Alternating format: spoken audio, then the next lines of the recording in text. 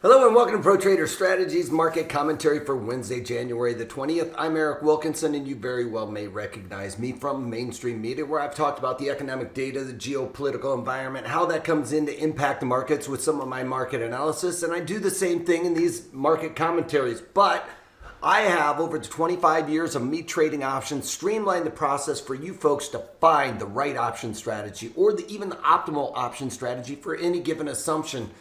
What we do is we follow this roadmap in order to look at the underlying to find out if we can even trade options around this underlying, and then we will look at the internals and find the best option strategy to increase your probabilities of success. So please check those out at protraderstrategies.com, where we go into a webinar on every single underlying and the option strategy that might be most appropriate for that type of trade.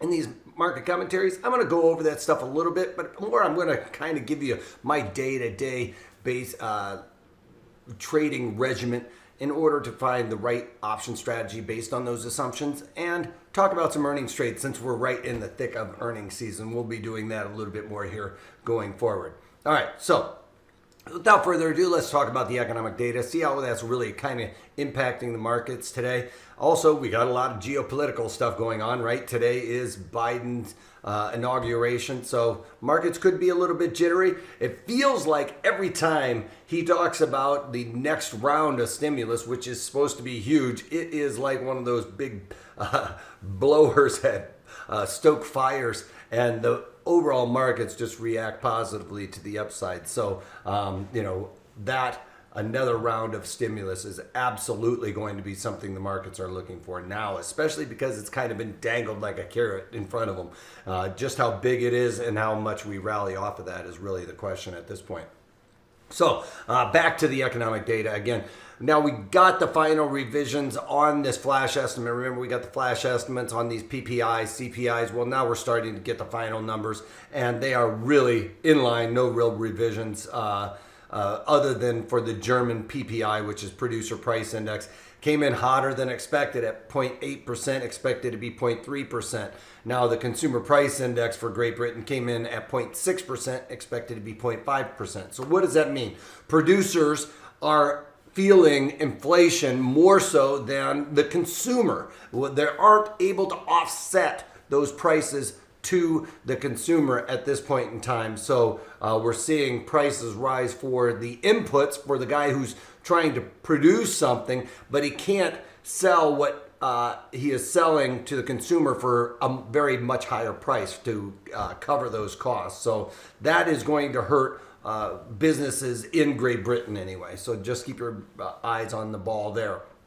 Now, if we move back over here to the United States, we got here in the United States, the NAHB, which is the National Association of Home Builders Index, gauge of how home builders are feeling around the environment that they are seeing. Now, we've seen this number like really doing well, right, lately with the housing numbers. Well, it came off just a little bit this month at 83, expected to be 86, and that very well could be because they're keeping an eye on these interest rates. Can see those moving higher. If interest rates are moving higher, may bring down the price of those, or bring down home prices going forward. All right, crude oil continued to try and claw its way back up. It really wants to get above this 54 handle. It seems like it's tested it several times. It looks like it wants to push through there relatively shortly. So we'll be back into the 60 handles soon if that happens. Gold futures moving higher by about 24 points. Again, blasting off above through our support and resistance area, which lined up at around 1864.20, which is right there on the mark that we're looking at.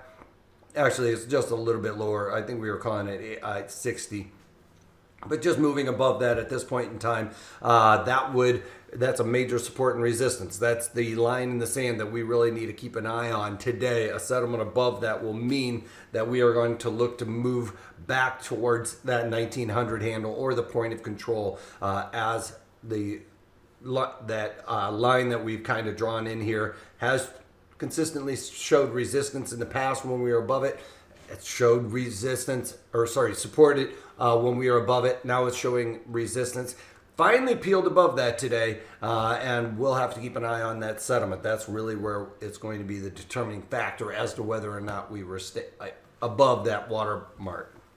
All right, bonds unchanged, as they're really kind of just keeping an eye on what's going on. We have earnings, everything else coming around the corner here. We are right in the middle, or not in the middle, we're right at the beginning here of earnings. We'll talk about a couple of them that have already come out and what I'm looking for going forward here in a moment. But we can see with the VIX coming off a little bit, and that's because equities are moving higher here. Dow Jones up by 160 points. Hasn't made this all-time high, which was created overnight during the day session, which is something that I was expecting to see, because NASDAQ made a new intraday high today right off the bat of the open of the markets. And then you can see with the E-mini S&Ps, they have a high here as well, up 36 points. We'll be able to check that out on the daily chart, that was created during the day session. Markets just ripping to the upside. No attempt to get the longs flushed out of their long positions at this point. Maybe a little bit of profit taking going on, but that was a massive rally right out of the gates this morning for the open of the equities. So a little profit taking is not surprising to see here. And I would expect the markets to kind of calm down for the rest of the day and settle into a relatively tight range here as the inauguration goes on, and people are just going to be watching TV for the most part, I think. One thing I wanted to talk about, Goldman Sachs. Now, the bank stocks usually lead the earnings charge coming into earnings season, and I don't often play the banks for the earnings. I like to see how everything's kind of shaking out here. And something to know, you can see earnings for Goldman Sachs had a big sell-off yesterday, and today, again, another big sell-off by 5 points on the day. They must have missed our earnings. No, you guys, they knocked it out of the park on earnings. They were expecting around $7 earnings. They got $12. They beat by $5, folks. They almost doubled what their earnings were. They, said this was a great environment, everything else, and still the market falling flat on their face. So I'm going to stay away from bank stocks. I mean, they did everything right, it seems like, and market is punishing them at this point. One thing I am going to be looking at is getting, I'm a glutton for punishment. Home Depot is a trade that I still have on, you guys. That's on that poor man's covered call that I rolled out in time. I was just keeping an eye on that because my covered calls are at about 50% of the value that I collected for them. So I was considering playing around with that. But Intel is the one that I want to be looking at.